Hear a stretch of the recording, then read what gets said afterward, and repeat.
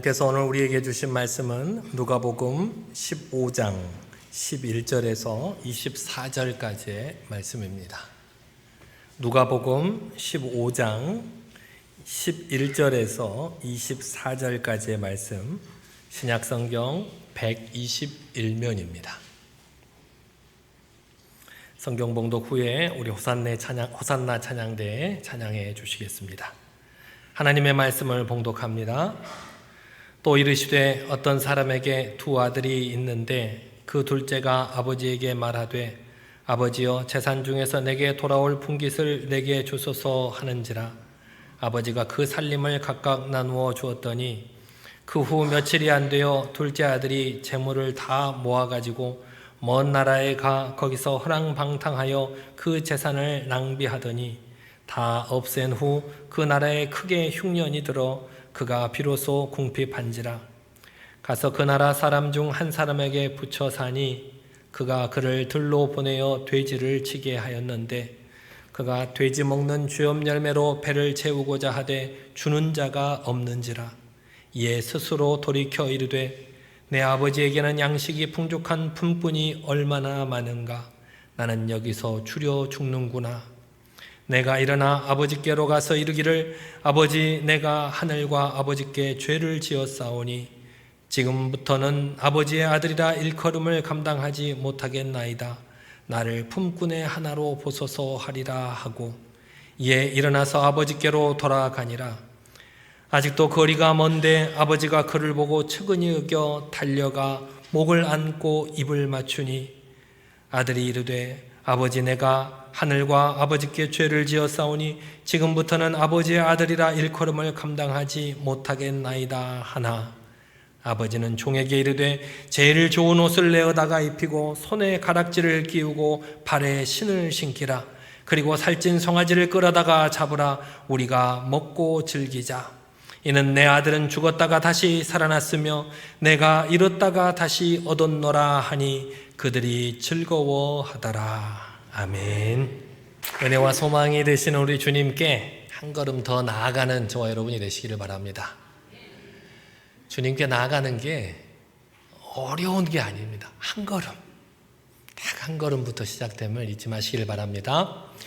오늘 누가복음 15장 말씀을 읽었는데 이 누가복음 15장에는 세 개의 비유가 나옵니다. 첫 번째는 잃은 양을 찾은 목자의 비유, 두 번째는 잃은 드라크마, 잃은 동전을 찾은 여인의 비유고, 마지막 세 번째로는 잃은 아들을 되찾은 아버지의 비유가 나옵니다. 오늘 여러분이 읽으신 본문이 세 번째 본문이죠.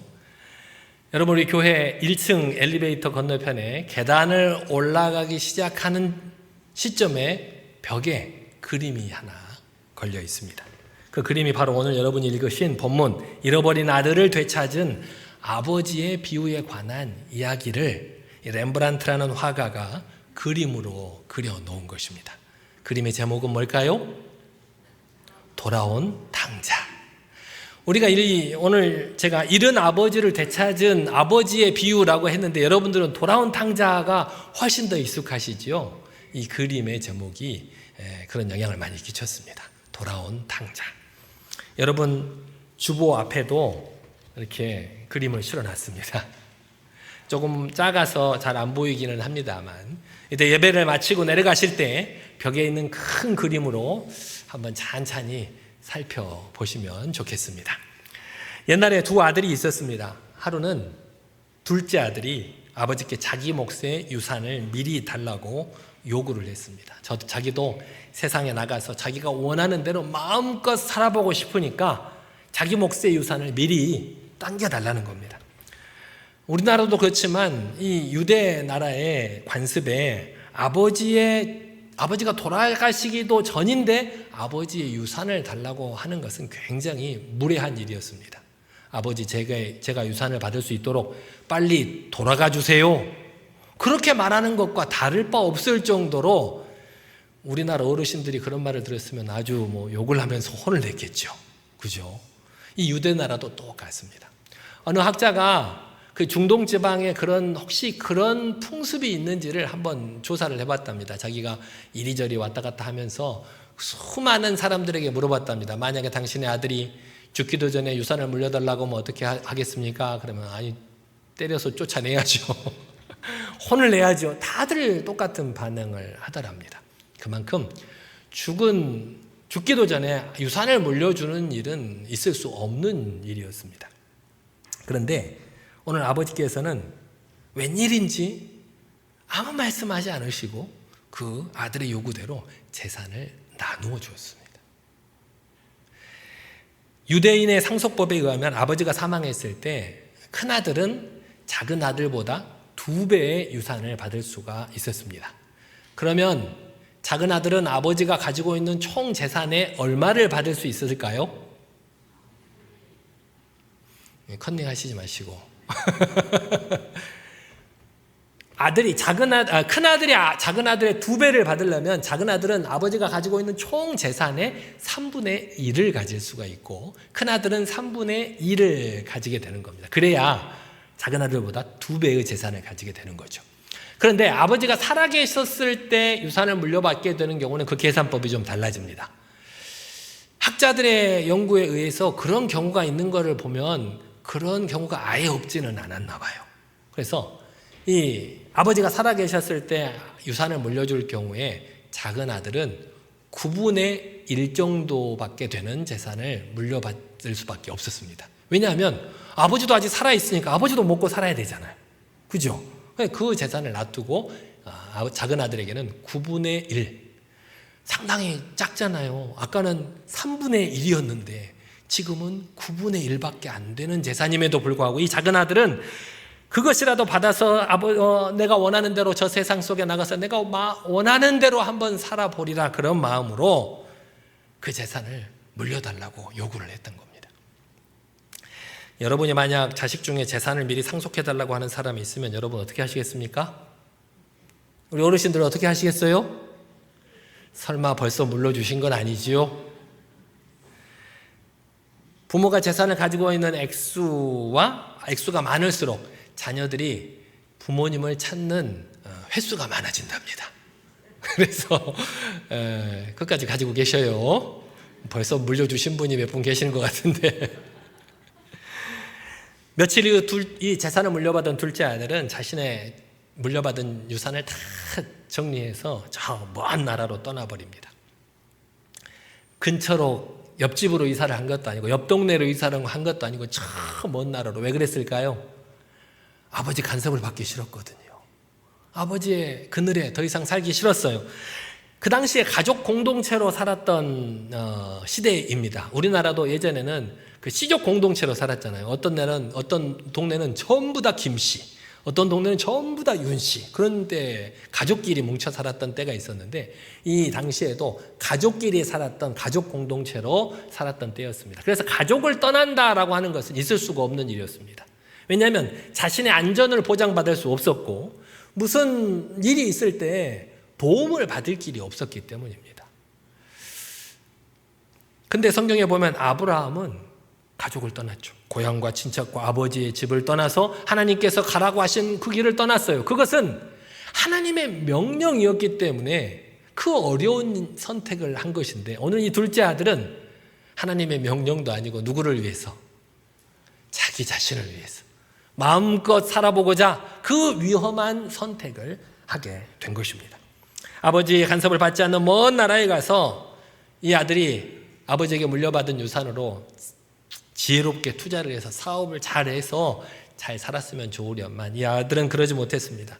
육체가 원하는 대로 마음이 내키는 대로 사치스럽고 방탕한 생활을 하면서 자신의 물려받은 모든 재산을 다 허비해버렸습니다. 결국은 가진 돈 다 잃고 빈털터리가 되어버리고 말았습니다. 돈이 많을 때는 주변에 따르는 사람도 많았죠. 돈이 많을 때는 그 사람에게 따르는 사람도 뭘 보고 따랐을까요? 돈을 보고 따른 거죠. 하지만 빈털터리가 돼버리자 돈도 없지, 친구도 없지, 집도 없는 노숙자의 신세로 전락하고 말았습니다. 때마침 그때 그 나라에 흉년이 들어서 이 둘째 아들은 당장 먹고 살기조차 힘든 그런 상황에 처하고 말았다는 겁니다. 어쩌다가 우연히 그 나라 사람의 집에 얹혀 살게 되었습니다. 공짜로 얹혀 살 수 있겠습니까? 뭐라도 일을 해야지. 그래서 그 사람이 이 둘째 아들에게 저 들에서 돼지를 치게 시켰다는 겁니다. 유대 율법에 돼지는 굉장히 부정한 짐승으로 취급을 합니다. 우리 성경에도 부정한 것, 부정하지 않는 것 구분하고 있는데 이 돼지는 부정한 것에 속하는 짐승이었습니다. 그래서 유대 랍비 격언에 돼지를 사육하는 자는 저주를 받으리라, 그런 격언도, 그런 속담이 있어요. 그런데도 불구하고 이 둘째 아들은 그 돼지를 치지 않으면 살아갈 수 없을 정도의 아주 심각한 상황에 처해 있다는 겁니다. 돼지 치는 일을 하면서 임금도 제대로 못 받았는지, 먹을 것도 제대로 공급을 못 받았는지 돼지가 먹는 쥐엄 열매로 허기진 배를 채우고자 했지만 그마저 주는 사람이 없었다라고 성경은 기록을 하고 있습니다. 쥐엄 열매 보셨어요? 쥐엄 열매? 못 보셨죠? 이따가 예배 끝나고 제 방에 오세요. 제가 쥐엄 열매를 한 2개 갖고 있어요. 쥐엄 열매는 당시 중동 지방의 지중해 연안에서 볼 수 있는 구주콩나무 열매입니다. 콩나무, 길다란, 우리나라에서도 볼 수 있는 콩나무. 우리나라에서는 없지만 콩나무와 비슷한 그런 열매입니다. 이것들이 평상시에는 많이 널려 있어요. 나무가 굉장히 커요. 나무예요. 나무에 그 열매가 열리는데 아주 흔한 나무인데 평상시에는 그 열매를 따다가 가축의 사료로 씁니다. 그런데 기근이 있을 때, 먹을 것이 없을 때, 그럴 때는 가난한 사람들이 그 열매를 따서 먹는 데도 쓰였습니다. 저도 먹어보지는 않고 갖고만 있는데 지금은 워낙 가지고 있는 지가 오래돼서 바짝 말라붙었는데 어떤 맛입니까? 물어보니까 잘 익으면 달짝지근한 맛이 난다고 합니다. 그런데 이 둘째 아들은 지금 이방 나라에서 자신이 부정하게 여기던 돼지를 치는 일을 함으로써 이미 율법적으로는 부정한 자가 되고 말았어요. 그리고 그 돼지가 먹는 쥐엄 열매로 배를 채우고자 했지만 그마저도 주는 사람이 없는 인간 이하의 비참한 상태가 되어버리고 말았다는 겁니다. 그렇게 비참한 상태가 되고 난 후에서야 뭐가 생각이 나요? 아버지의 집이 생각이 나요. 아버지의 집이. 우리 아버지 집에는 그날 하루 일하는 품꾼도 배불리 먹고 풍족하게 살아갈 수가 있는데 나는 지금 이게 뭐 하는 꼴인가? 나는 여기서 지금 돼지가 먹는 쥐엄 열매도 못 먹어서 굶어 죽게 생겼구나. 자기 모습을 보니 기가 막혔습니다. 하지만 자기가 한 일이 있으니까 아버지께로 돌아갈 엄두를 못 냅니다. 집에 돌아가기에는 너무나도 염치가 없지만 이방 땅에서 이 부정한 돼지를 치면서 굶어 죽는 것보다는 아버지의 집으로 돌아가는 것이 낫겠다고 생각을 합니다. 그는 자기 잘못을 생각하면 감히 아버지에게 아버지 작은 아들이 돌아왔어요 라고 말할 염치조차 없어서 차라리 나를 아버지에게 가면 품꾼으로 써달라고 얘기를 해야지. 그러면 혹시 나를 아버지께서 받아주실지도 모르지. 그런 마음을 가지고 아버지 집으로 돌아갑니다. 그렇게 아버지의 집으로 발걸음을 돌린 둘째 아들은 돌아가는 내내 마음이 조마조마했습니다. 내가 돌아가면 아버지가 내 얼굴을 어떻게 보실까? 어떤 얼굴로 보실까? 아버지가 나를 받아주실까? 화를 내면서 몽둥이로 쫓아내지는 않을까? 그렇게 마음 조마조마한 마음으로 아버지의 집으로 한 걸음 두 걸음을 옮깁니다. 아버지의 집이 있는 동네 어귀에 도착한 아들은 그야말로 누가 봐도 거짓골을 하고 있는 아들이었습니다. 그럼에도 불구하고 아버지는 저 마을 어귀에 있는 누군가 걸어오는 사람이 자신의 둘째 아들인 걸 금세 알아채고 불이 나게 달려가서 그 둘째 아들을 끌어안고 맞아줬다는 겁니다. 유대 나라는 중동 지방에는 날씨가 아주 더워요. 그래서 우리나라처럼 뭐 반팔, 반바지 입고 다니지 않아요. 성지순례를 가보면 반팔, 반바지 입고 다니는 사람은 우리 한국 사람밖에 없어요. 그 나라 사람들은 다 긴 팔. 제가 입고 있는 이런 옷, 긴 통으로 된 옷을 입고 있고 저보다 더 길 땅에 거의 이렇게 끌 정도의 옷을 입고 있어요. 그런 아버지가 저 멀리 아들이 오는 것을 보고 아들한테 달려가려면 어떻게 해야 될까요? 옷을 이렇게 끄집어 올려서 자꾸 뛰어가야 될 거 아니에요. 보기 좋아요? 우리나라하고 유대는 풍습이 비슷해요. 우리나라 옛날 선비들도 뛰면 돼야 안 돼요. 아무리 급한 일이 있어서 뛰면 채통이 상한다고 여겼잖아요. 이 나라도 마찬가지예요. 어르신이, 아버지가 뛰면 안 돼요. 올골 사납잖아요. 그렇죠? 그런데 이 아버지는 그 옷을 끌어올리고 누가 보든 말든 뛰어서 아버지 자신의 둘째 아들에게로 달려가서 그 아들을 끌어안고 맞아줬다는 겁니다. 아들이 그 아버지가 자신의 모습을 보고 달려오는 아버지를 보고 결심했던 대로 아버지 내가 죄송합니다. 내가 아버지의 아들이라고 일컬음을 받지 못하겠사오니까 나를 품꾼으로 좀 써주십시오라고 말하기도 전에 아버지는 종들에게 내 아들이 죽었다가 살아왔다 기뻐하면서 종들에게 이 아들에게 제일 좋은 옷을 입히고 가락지와 신발을 신기고 살찐 송아지를 잡아서 잔치를 베풀어라 라고 말씀을 하십니다. 여러분 같으면 이렇게 그런 아들이 돌아오면 어떻게 할까요? 내가 그럴 줄 알았다 이 녀석. 내가 그럴 줄 알았다 너. 그럴 수도 있잖아요. 아버지는 한 말씀 안 하셨어요.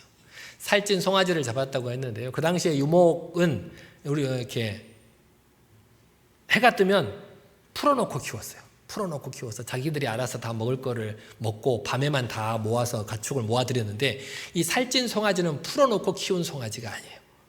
우리 안에서 사람이 먹는 귀한 곡식을 먹여서 키운 송아지였어요. 그 송아지를 언제 쓰냐? 귀한 손님이 오셨을 때 그 손님을 대접하기 위해서 특별히 좋은 송아지를 좋은 곡식을 먹여서 키운 그런 송아지라는 거예요. 그런데 이 둘째 아들 재산을 물려받아서 다 탕진해버리고 오니 둘째 아들이 돌아왔다고 아버지가 그 살찐 송아지를 잡아서 잔치를 베풀고 있다는 것입니다. 렘브란트가 이 둘째 아들이 아버지의 집으로 돌아와서 이 아버지를 만나는 그 순간을 그린 그림이 바로 돌아온 탕자 그림입니다. 한번 주보를 다시 한번 살펴보실까요? 여러분들 그 계단 옆에 보면 굉장히 큰 그림으로 있어요. 일단 예배 끝나고 내려가실 때 한번 보셔요. 렘브란트는 17세기 네덜란드에서 활동한 유명한 화가였습니다. 그는 유럽 미술사에서 중요한 화가 가운데 한 명으로 평가되는 사람이었고 빛과 그림자를 이용한 화법으로 빛의 화가라고 불리는 아주 유명한 화가였습니다.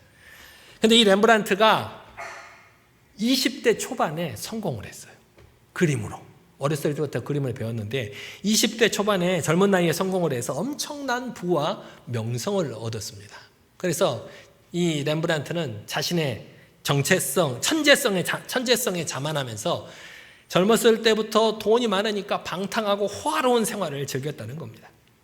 그런데 하지만 인생이라는 것이 언제까지나 그런 좋은 일만 있는 것은 아니잖아요.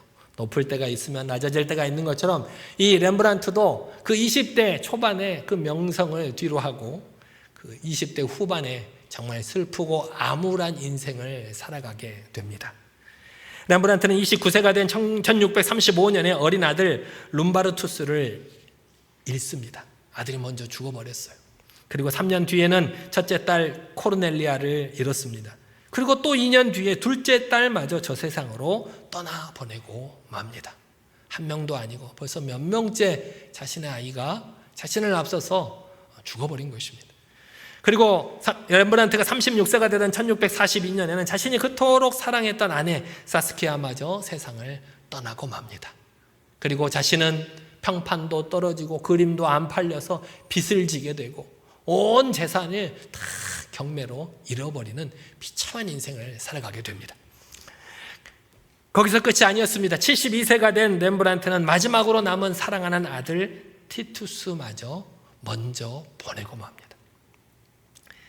홀로 남겨진 렘브란트는 노년이 되어서야 자신이 젊어서 누린 그 모든 영광이 하나도 쓸모없는 헛된 것임을 깨닫게 됩니다. 가난한 노년의 고통과 외로움 속에서 마치 둘째 아들이 돼지우리에서 그 아버지의 집을 그리워한 것처럼 그는 하나님 아버지를 그리워하면서 죽기 전에 내가 하나님께로 돌아가야지 그런 마음으로 유언처럼 그린 그림이 이 돌아온 탕자라는 그림입니다. 이 그림은 그가 죽기 거의 1년 전 정도에 완성이 되었다고 추정을 하고 있습니다. 그리고 나서 1년 뒤에 그도 세상을 떠나고 맙니다. 돌아온 탕자는 둘째 아들이 아버지 앞에서 무릎을 꿇고 용서를 구하는 모습이 그려져 있습니다. 둘째 아들의 모습을 한번 보세요.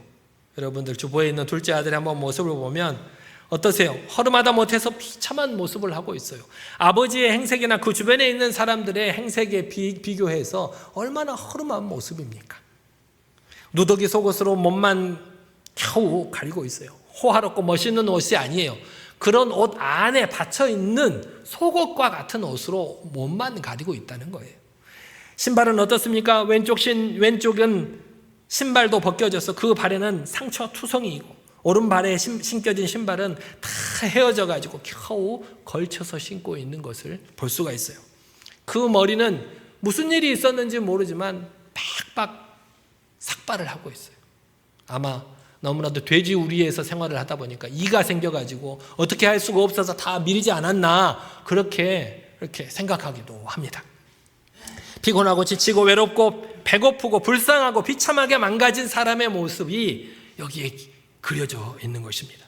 아버지는 이렇게 허름하고 지친 모습으로 돌아온 이 작은 아들을 껴안고 있습니다. 마치 작은 아들이 그동안 겪었던 모든 아픔과 좌절과 괴로움을 다 이해한다는 눈빛으로, 부드러운 표정으로 그 아들을 내려다보고 있는 것을 우리는 그림을 통해서 볼 수가 있습니다. 아버지는 이 둘째 아들이 유산을 물려달라고 했을 때 왜 유산을 물려줬을까요? 물려주지 않아도 된다고 그랬잖아요. 그렇죠? 그럴 수 없다. 내가 아직 두 눈을 시퍼렇게 뜨고 살아있는데 무슨 유산을 물려달라고 하느냐라고 말씀하실 수도 있었는데도 불구하고 이 아버지는 아무런 말씀도 않고 순순히 그 유산을 물려주었어요.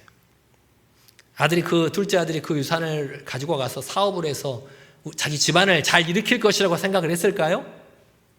여러분들의 자녀들을 몰라요, 알아요? 몰라요, 알아요? 모르기도 하기도 알기도 하겠지만 여러분은 늘 내가 우리 아들, 우리 딸을 제일 잘한다고 생각을 하시잖아요. 아버지도 이 둘째 아들의 성향을 잘 알았어요. 그가 유산을 물려받으면 어떻게 사용할지 잘 알았다는 거예요. 먼 나라에 가서 간섭받지 않고 그 모든 유산을 허랑방탕하게 써버릴 줄 알았어요. 그럼에도 불구하고 그 아들에게 유산을 나누어진 이유가 뭘까요?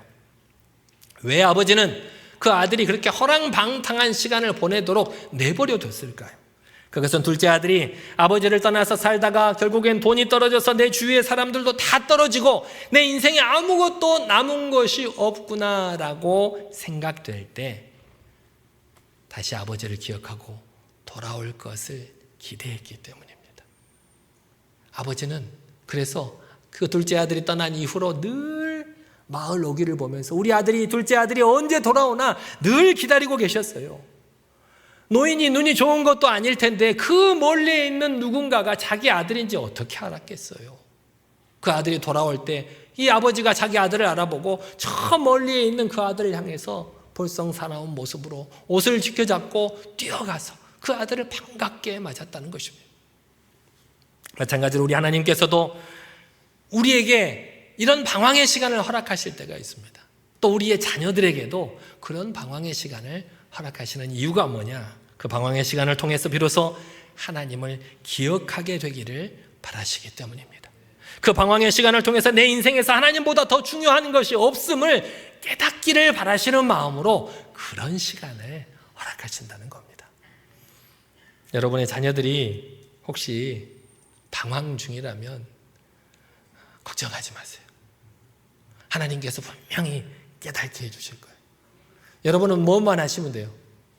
그 아들이 언제 오나, 언제 돌아오나 그때만 기다리시고 기도해 주시면 됩니다. 그림에서 보면 둘째 아들이 환락의 도시를 떠나서 아버지께로 돌아올 수 있는 이유를 담고 있는 부분이 하나 있습니다.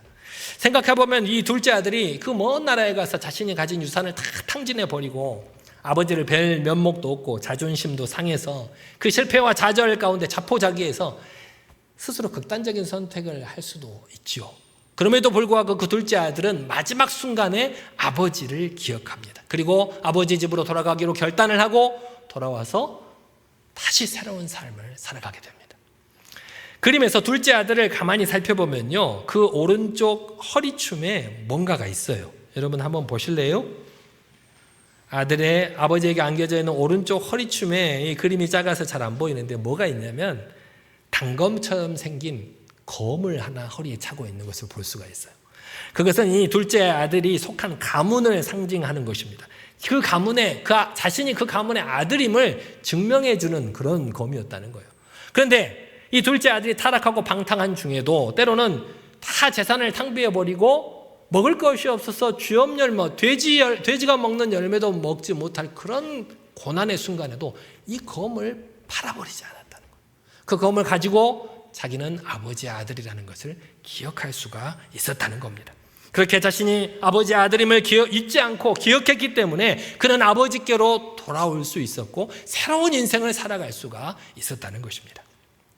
마찬가지로 우리가 하나님께 돌아갈 수 있는 유일한 길은 우리가 하나님의 아들이요 하나님의 딸임을 기억하는 것입니다.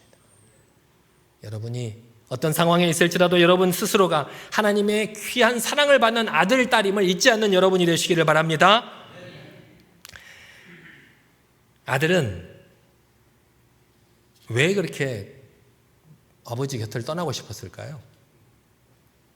답답했거든요. 답답했어요. 답답한 삶을 안 살아보셨죠? 제가 그랬어요. 제 아버지는 목사님이시잖아요. 아버지 밑에서 자라면서 늘 이렇게 뭐 부족한 것은 없다고 생각을 했는데 늘 좀 답답했어요. 왜냐하면 늘 많은 사람들의 눈에 띄잖아요. 또 아버지 목사님 아들이니까 하지 않아야 될 일들이 많아요. 근데 나는 하고 싶어요. 동네가 좁아서 동네에서 뭔가를 하고 또 해도 저기 윤 목사님 아들 지나가네. 금방 아버지가 다 알아요. 그러니까 그 아버지의 그늘에서 좀 벗어나고 싶었어요. 나도 이 탕자처럼 내 마음껏 한번 뭔가를 해보고 싶었어요. 그래서 찾아가면 그래도 아직 뭐 떠날 수는 없고 아버지의 아래 살아가니까. 그러니까 항상 찾는 곳이 어디예요? 남들 눈에 띄지 않는 곳, 어두컴컴한 곳, 그런 곳만을 찾아서 내가 하고 싶었던 것들을 좀 했던 것, 그런 삶을 살았던 것 같아요. 이 둘째 아들도 그런 마음으로 떠났던 것 같아요. 하지만 이 둘째 아들이 아무리 힘들고 어려워도 그 가문의 상징이었던 칼을 간직하고 있었듯이 우리가 누구인지를 인식할 수 있는 그리스도인만의 상징, 그리스도인의 흔적을 우리 가슴에 품고 있어야 됩니다. 그것이 뭘까요? 십자가입니다. 바로 십자가는 우리 가슴 속에 간직해야 될 내가 하나님의 자녀이구나, 그것을 알아갈 수 있는 상징입니다. 하나님께서 예수 그리스도의 죽음으로 우리를 하나님의 자녀로 삼아 주었다는 그리스도인만의 상징이 십자가라는 겁니다. 그 십자가로 목걸이도 하고 귀걸이도 하고 장식도 하는데 그걸 예뻐 보이라고 하는 게 아니에요. 그 십자가를 통해서 내가 어떤 상황에 처해 있을지라도 내가 하나님의 자녀지, 내가 하나님의 아들이지, 내가 하나님의 딸인지를 기억하고자 그것들을 우리에게 허락하신 것입니다. 하나님께서는 독생자 예수를 십자가에 못 박으심으로 우리의 모든 죄를 사하시고 우리에게 하나님의 자녀가 되는 권세를 주셨고 우리에게 영원한 생명을 허락해 주셨습니다. 그래서 우리가 그 예수님의 십자가 사랑을 기억한다면 아무리 힘들고 어려울지라도 때로는 길을 잃고 헤맬지라도 좌절하고 상처를 받을지라도 우리는 그 십자가를 기억하고 하나님께로 돌아와 하나님의 품에 안겨서 위로함을 받을 수 있는 저와 여러분 모두가 되시기를 바랍니다. 여러분 주변에 혹시 둘째 아들과 같은 사람이 누가 있는지 한번 찬찬히 돌아보셔요. 둘째 아들이 누군가? 저는 저라고 얘기했잖아요. 저도 자유롭게 살고 싶어서 둘째 아들처럼 어두컴컴한 곳으로 가서 살았는데 네덜란드 카톨릭 사제이자 교수이며 신학자이자 명성 높은 영성가였던 헨리 나우엔이 있습니다. 이 사람이 이 렘브란트의 그림 돌아온 탕자와 이 성경 말씀을 묵상하면서 자신도 큰 인생의 전환점을 맞게 됩니다. 아주 유명한 교수고 많은 책을 쓴 유명한 사람이었는데 그 모든 것들을 다 내려놓고 한 장애인 단체에 가서 평생토록 그들을 섬기는 삶을 살게 된 이유가 이 렘브란트의 그림을 본 이후부터라고 합니다. 그 사람이 쓴 책 탕자의 귀환에서 이렇게 말하고 있습니다. 무조건적인 사랑을 찾을 수 없는 곳에서 그 사랑을 찾고 있는 우리가 바로 탕자입니다. 무조건적인 사랑을 찾을 수 없는 곳에서 사랑을 찾아서 갈급해하고 있는 우리가 바로 탕자라고 하는 것입니다. 세상을 살다 보면 힘들고 어려운 때가 많이 있습니다. 실망할 때도 많고 내가 선택한 이 길이 아닌가 싶은 때가 있을 수 있습니다. 믿는 도끼의 발등을 찍히는 쓰라린 경험을 하기도 합니다. 아내나 남편이 나를 이해해 주지도 않은 것 같고 내 뱃속으로 낳은 내 자식조차 내 마음을 몰라주는 것 같아서 외로움에 쓸쓸함을 느낄 때도 있습니다. 나이가 들어서 몸을 움직이는 것도 하루가 다르게 불편하고 때로는 고통스러울 때도 있습니다.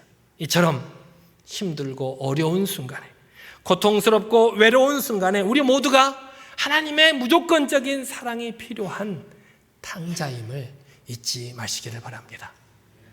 힘들 때, 어려울 때, 고통스러울 때, 외로울 때 십자가를 바라보고 내가 언제나 그 십자가를 바라보고 기억하고 그 하나님의 아들임을 기억하고 그 주님의 품으로 돌아가 위로함을 받고 다시 한번 일어설 수 있는 저와 여러분 모두가 되시기를 바랍니다. 여러분은 언제 그런 하나님의 따뜻한 사랑을 경험해 보셨습니까? 하나님의 무조건적인 사랑, 그걸 경험해 보신 적이 있으십니까? 제가 어렸을 때 이렇게 아버지 말도 안 듣고 맨날 혼나면서 어두컴컴한 곳만 찾아다니면서 살다가 20살에 다 돼서 예수님을 만났어요. 예수님을 만나니까 이 예수님이 내가 어렸을 때부터 아버지가 선생님이 나에게 가르쳐준 예수님이구나. 감동이 됐어요. 내가 이렇게 더 이상 살아가면 안 되겠다 생각을 해서 좀 제대로 하나님 말씀대로 살아가 보려고 노력을 했어요. 잘 될까요? 안 될까요? 여러분은 잘 되세요? 물론 잘 하시는 분도 계시지만 잘 안 돼요. 한 20여 년이 넘동안 어두컴컴한 분만 살아서 겉으로 볼 때는 잘하는 척, 하지만 안 보는 곳에서는 내 마음대로 하다가 이젠 안 보는 곳에서도 하나님의 백성답게 살아가려고 하니까 잘 안 돼요. 노력하면 될 줄 알았는데 노력해도 안 되더라고요. 어제 잘못한 것을 오늘 또 하고 오늘 또 잘못한 것을 회개했는데 내일 또 잘못할 것 같아요. 모레도 잘못할 것 같아요. 기도실에 가서 기도를 하면서 하나님께 따졌어요. 하나님, 왜 저를 이렇게 연약하게 만드셔서 제가 좀 하나님 뜻대로 잘 살아가 보려고 하잖아요. 그럼 좀 도와주세요. 제가 죄를 짓지 않도록, 제가 더 이상 방황하지 않도록 좀 도와주세요. 그런데 안 돼요. 그래서 하나님께 손가락질하면서 따졌어요. 그러실 수 있습니까? 제가 잘해보겠다는데 그렇게 울며 불며 되돌아봤는데 바락바락 아무 말씀 없으시더라고요. 제풀에 지쳐가지고 저도 기도실에 푹 앉아가지고 하나님께서 아무 말도 없으시고 그래 내가 태어날 때부터 지금까지 아무 말씀 없으셨지. 그렇게 풀이 죽어 있는데 갑자기 등 뒤가 따뜻해지는 게 느껴졌습니다. 마치 하나님께서 나를 안아주시는 것처럼 느껴졌어요. 그래도 내가 너를 사랑한다. 너무나 따뜻한 느낌이었어요. 내가 죄를 짓고 또 지어도 나를 사랑하시는구나. 내가 열심히 살아가고 싶어 하는데 잘 안 돼도 실패해도 나를 사랑하시는구나. 나를 기다려 주시는구나. 그 사랑이 얼마나 따뜻했는지 지금도 잊지를 못합니다. 여러분이 느끼고 계시는 그 하나님의 무조건적인 사랑은 어떤 것인지 한번 기억해 보시고 저한테 한번 알려주세요. 이번 주 과제는 제가 느낀 하나님의 무조건적인 사랑은 이런 때였습니다 라고 저한테 한번 문자로 보내주시고, 못 보내시는 분은 만나면 얘기해 주시고, 안 되면 전화로 해주셔도 돼요. 우리 어르신들께서는 전화 한 번씩 해주셔도 좋습니다. 사랑하는 여러분, 여러분의 삶이 너무나도 힘들고 지칠 때, 여러분이 어디로 가야 될지 갈 길을 모를 때, 낙담하고 때로는 좌절해 있을 때, 이 십자가를 통해서 여러분이 하나님의 사랑받는 아들이고 사랑받는 딸임을 기억하시기를 바랍니다. 그리고 아무리 방황을 하고 있을지라도 내가 하나님의 사랑받는 아들이고 딸이어서 그 하나님께로 돌아가기만 한다면 그 하나님께서 나를 품에 안아주시고 나를 위로해 주시고 회복시켜 주실 줄 믿으시기를 바랍니다. 그 품 안에 안겨서 하나님의 따뜻한 사랑과 보호와 위로를 받는 저와 여러분 모두가 되시기를 간절히 기도합니다. 주님께서는 지금도 여러분을 간절히 기다리고 계십니다. 이 시간 잠시 기도하겠습니다. 하나님, 나를 향한 하나님 아버지의 무조건적인 사랑이 있었는데, 놀라운 사랑이 있었는데 내가 그 사랑을 잠시 잊고 있었음을 용서하여 주시옵소서. 하나님의 사랑이 아닌 다른 것으로 만족함을 얻으려고 세상을 방황했던 나를 용서하여 주시옵소서. 언제 어디에 있든지 십자가를 통해 내가 하나님의 사랑을 기억하고 주님 품으로 돌아올 수 있도록 우리를 인도해 달라고 이 시간 우리 다 같이 한 목소리로 간절히 기도하겠습니다. 능력이 하나님 아버지, 오늘도 부족하고 연약한 우리를 주님의 말씀으로 깨우쳐 주심에 감사를 드립니다. 아버지 하나님, 자신의 모든 아버지 재산을 다 허랑방탕하게 써버린 둘째 아들이었지만 그 둘째 아들이 돌아오기만을 기다리고 저 멀리 그 둘째 아들이 모습을 보이자마자 흑달같이 달려와 그를 안아주시고 아버지 하나님 품에 안아주셨던 아들처럼 나를 향한 하나님의 무조건적인 사랑, 놀라울 정도로 뜨겁고 애절한 사랑을 다시 한번 기억할 수 있도록 인도하여 주시옵소서. 연약하고 부족한 우리들이 자유를 찾아서 하나님의 사랑이 아닌 다른 것으로 만족함을 얻고자 저 세상에서 방황했던 나의 어리석음을 용서하여 주시옵소서. 아버지 하나님, 언제 어느 곳에 있든지 무엇을 하고 있든지 십자가를 통해 하나님의 나를 향한 그 사랑을 기억하게 하시고 언제든지 주님 품으로 돌아올 수 있는 힘과 능력과 용기를 허락하여 주시옵소서.